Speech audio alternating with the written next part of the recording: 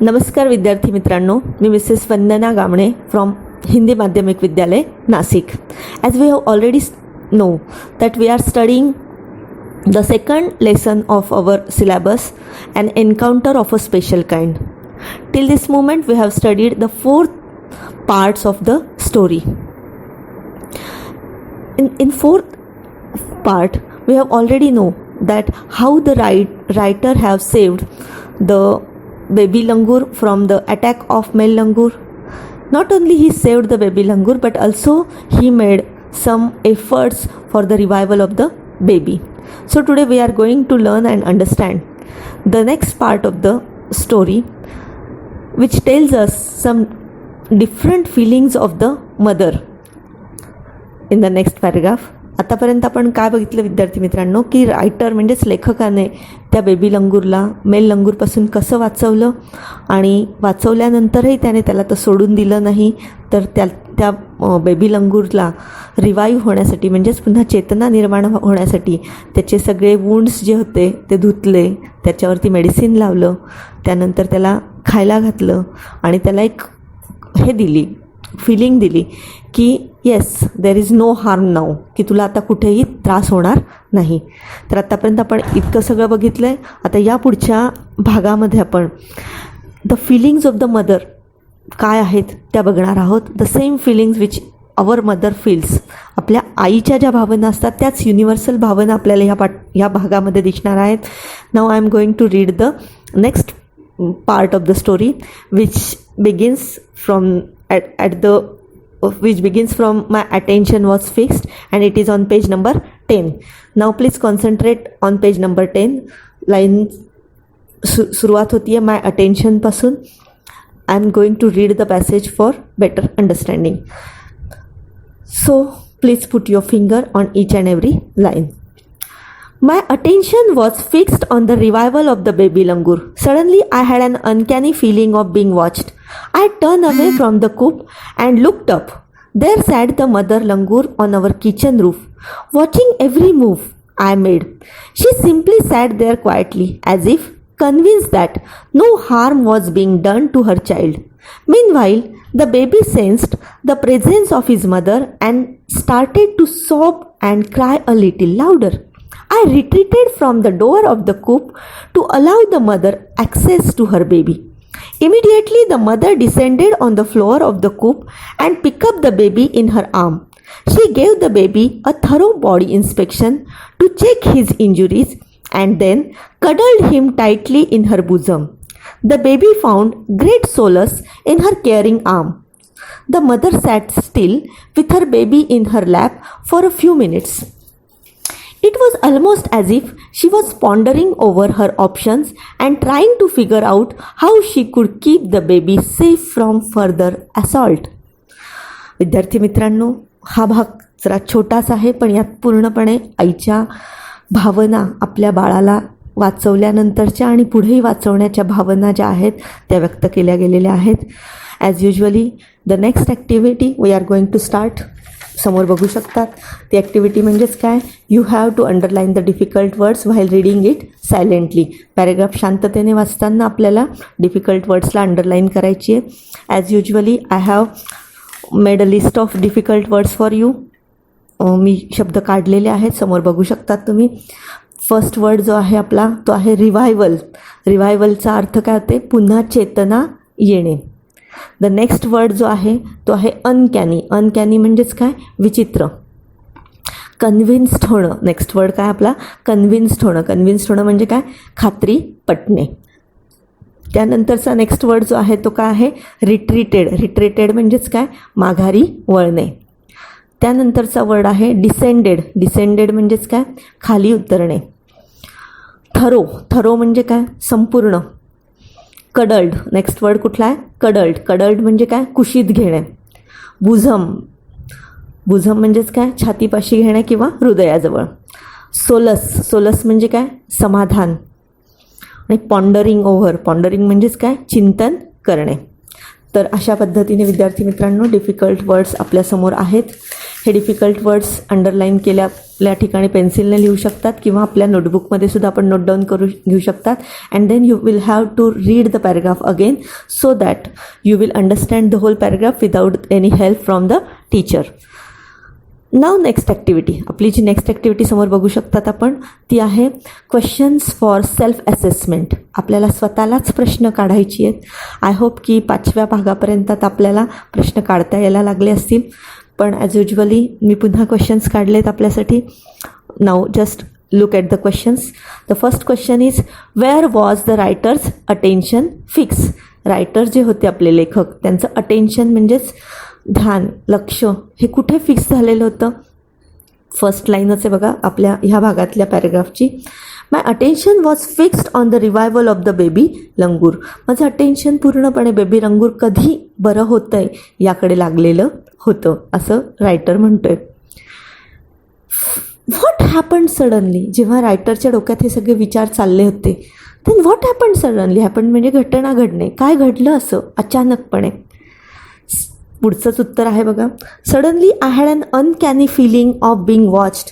त्याच क्षणी माझ्या लक्षात आलं की एक अनकॅनी फिलिंग माझ्या आतून गेली. अनकॅनी म्हणजेच काय, विचित्र फिलिंग, भावना आली की समवन इज वॉचिंग मी, कोणीतरी मला वॉच करते. Then what did he see. What did the writer see. रायटरने काय बघितलं. Who was watching him. कोण त्याला वॉच करत होतं. The writer turn away from the coop. Writer त्या कूपपासून वळला आणि त्या खुराड्यापासून वळला आणि त्याने वरती बघितलं. There sat the mother langur on our kitchen roof. कोण बसलं होतं बरं तिथे. There was a mother langur. Mother langur तिथे बसली होती. Where was she sitting on the roof of the kitchen. किचनच्या बरोबर रूफवर बसलेली होती. Watching every move I made. And she was very cautiously watching every move. प्रत्येक मूवमेंट जी रायटर करत होता, लेखक प्रत्येक ॲक्टिव्हिटी जी करत होता, शी वॉज वॉचिंग इट. ती बघत होती. She simply sat there quietly. खूप शांततेने ती तिथे बसलेली होती. As if convince that no harm was being done to her child. ती कन्व्हिन्स झालेली होती की no harm was being done to her child. तिच्या बाळाला कुठलाही त्रास आता होणार नव्हता, कारण लेखक त्या बाळाची काळजी घेत होता.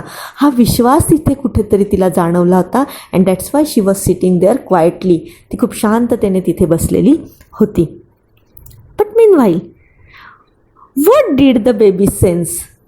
हे सगळं चालू असताना रायटर हे सगळं बघत होता. मीनवाईल त्याच क्षणी त्या मधल्या काळामध्ये baby sense something. Baby langur जी होती तिने काहीतरी सेन्स केलं. What did she sense. Next पॅराग्राफमध्ये उत्तर आहे बघा. Meanwhile the baby sense the presence of his mother. बेबीच्या लक्षात आलं की तिथे आपली आई प्रेझेंट आहे. प्रेझेंट म्हणजे तिथे आहे. And started to sob and cry little louder. आता ती बेबी जोरजोरात रडायला लागली. तिचा सॉबिंगचा साऊंड जो होता तो थोडासा वाढला आणि ती जोरात रडायला लागली.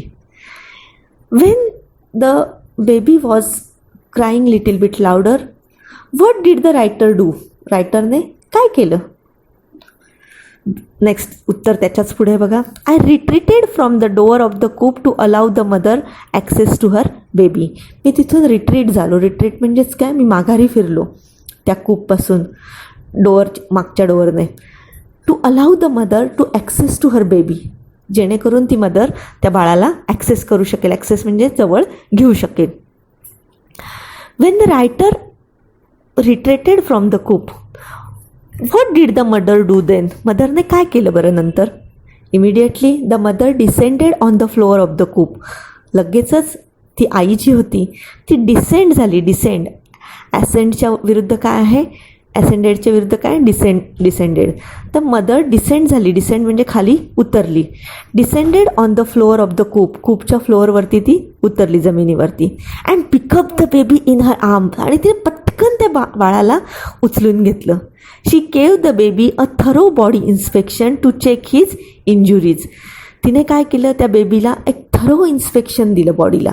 त्या बाळाला खूप जखमा झालेल्या होत्या, त्यामुळे तिने आपल्या डोळ्यांनी बाळाला वरपासून खालपर्यंत त्याच्या जखमांकडे बघितलं. त्याच्या ज्या ज्या इंजुरीज झाल्या होत्या तिथे बघितलं. And then cuddled him tightly in her bosom. आणि पटकन पटकन तिने आपल्या छातीजवळ त्या बाळाला लावलं. The baby found great solace in her caring arms. बेबीला अतिशय आराम वाटला, खूप समाधान वाटलं आपल्या आईच्या बाहुपाशामध्ये गेल्यानंतर. The mother sat still with the baby in her lap for a few minutes. Just for few minutes ती मदर जो होती ती तिथे बसली. Because the child was in her lap. ते बाळ तिच्या लॅपमध्ये होतं, म्हणजेच मांडीमध्ये ते बाळ होतं. It was almost as if she was pondering over her options. असं वाटत होतं, ॲज इफ म्हणजेच काय, असं वाटत होतं की as if she was pondering over her options. ती त्या ऑप्शन्सवर विचार करत होती. ऑप्शन्स म्हणजे काय काय विकल्प आहे, काय काय पर्याय आहेत. ऑप्शन्स म्हणजे पर्याय, याचं अर्थ चिंतन करत होती. पॉन्डरिंग करणे म्हणजे चिंतन. And trying to figure out how she could keep the baby safe from further assault. आणि ती फिगर आउट करत होती. म्हणजेच काय, फिगर आउट करणे म्हणजे विचार करत होती, प्लॅनिंग करत होती कशा पद्धतीने तिला त्या बाळाला आता सेफ ठेवायचं होतं. कारण आत्ता ते बाळ वाचलेलं होतं त्या मेल लंगूरच्या अटॅकपासून, पण नेक्स्ट टाईम वाचेलच असं नाही. तर त्या बाळाला फर्दर असॉल्टपासून म्हणजे पुढे होणाऱ्या हल्ल्यापासून कसं वाचवता येईल याचं ती प्लॅनिंग करत होती, चिंतन करत होती. त्याचं इम्प्लिमेंटेशन कसं करता येईल याचा ती विचार करत होती. So dear children, we have already studied in this paragraph how the mother feels for her child. त्या बाळाच्या विषयी आईच्या भावना काय वाटतंय ना, युनिव्हर्सल भावना, सेम भावना ज्या आपल्या आईलासुद्धा वाटतात आपल्या बाळाविषयी, छोट्या मुलाविषयी. प्रत्येक आईला ज्या भावना आहेत त्याच भावना ह्या प्राण्यालासुद्धा आहेत. युनिव्हर्सल, म्हणूनच वैश्विक सत्य आहे हे की आई ही आईच असते. आणि त्या भावना आपण ह्या पॅराग्राफमध्ये बघण्याचा प्रयत्न केलेला आहे. समोर दिलेले प्रश्न आपण शांततेने आपल्या वहीमध्ये लिहून घेऊ शकतात आणि त्यानंतर आपण त्याचे उत्तरं आत्ता आपण बघितलेली, डिस्कस केलेली आहेत ती पुन्हा लिहा. बघा, पॅराग्राफ समजेल आपल्याला शांततेने. And you started thinking it in English. तर अशा पद्धतीने पॅराग्राफ समजल्यावर बोर्ड टाईपचे क्वेश्चन्स आपल्याला तयार करायचे आहेत. आता कंप्लीट द सेंटेन्सच्या ऐवजी तुम्ही ट्रू ऑर फॉल्स पण करू शकतात. ॲग्री डिसॲग्री करू शकतात किंवा word order change sentence order change करून पण बघू शकतात. नेक्स्ट ॲक्टिव्हिटी आपण कंप्लीट द वेबमध्ये तर खूपच सोपं आहे की एक मेन क्वेश्चन्स आपल्याला दिसतो आहे की why did mother langur make no effort to grab her baby from the coop. Mother लंगूरने काहीच प्रयत्न का केले नाही त्या बेबीला ग्रॅब करण्याचे, पकडण्याचे. किंवा what were the feelings of the mother after catching the baby. बेबीला कॅच केल्यानंतर किंवा होल्ड केल्यानंतर काय फिलिंग आहेत मदरच्या त्या पण लिहू शकतात. त्यानंतर तुम्ही to figure out, to ponder over, to find solace through thorough inspection यासारखे ज्या फ्रेजेस आहेत त्याचा अर्थ लिहून सेम मिनिंगवाल्या ॲक्टिव्हिटी नंबर 3 करू शकतात. ॲक्टिव्हिटी 4 ग्रामर करू शकणार आहे. आणि 5वी ॲक्टिव्हिटी जी असणार आहे पर्सनल रिस्पॉन्स टाईप क्वेश्चन आहे. तर सेम पर्सनल रिस्पॉन्स क्वेश्चन आपण तयार करू शकतात की what is your mother's state of mind during your illness. जेव्हा तुम्हाला बरं नसेल तेव्हा तुमच्या मदरची स्टेट ऑफ माइंड काय असेल हे तुम्ही यामध्ये प्रश्न काढू शकतात. तर अशा पद्धतीने ह्या पॅराग्राफचा पण अभ्यास करा. उद्या आपण भेटणार आहोत पुन्हा नवीन पॅराग्राफनुसार. शेवटचा पॅराग्राफ असेल हा, ज्या पॅराग्राफमध्ये लेखकाचं चिंतन आहे सगळं पूर्ण धड्यावर. तसा सगळी फिलिंग्स इथल्या मदरच्या संपलेल्या आहेत. उद्याचा पॅराग्राफ जर आपण आधी वाचला तर आपल्याला समजायला जास्त सोपं जाईल. धन्यवाद विद्यार्थी मित्रांनो. आपण पुन्हा उद्या भेटतोय.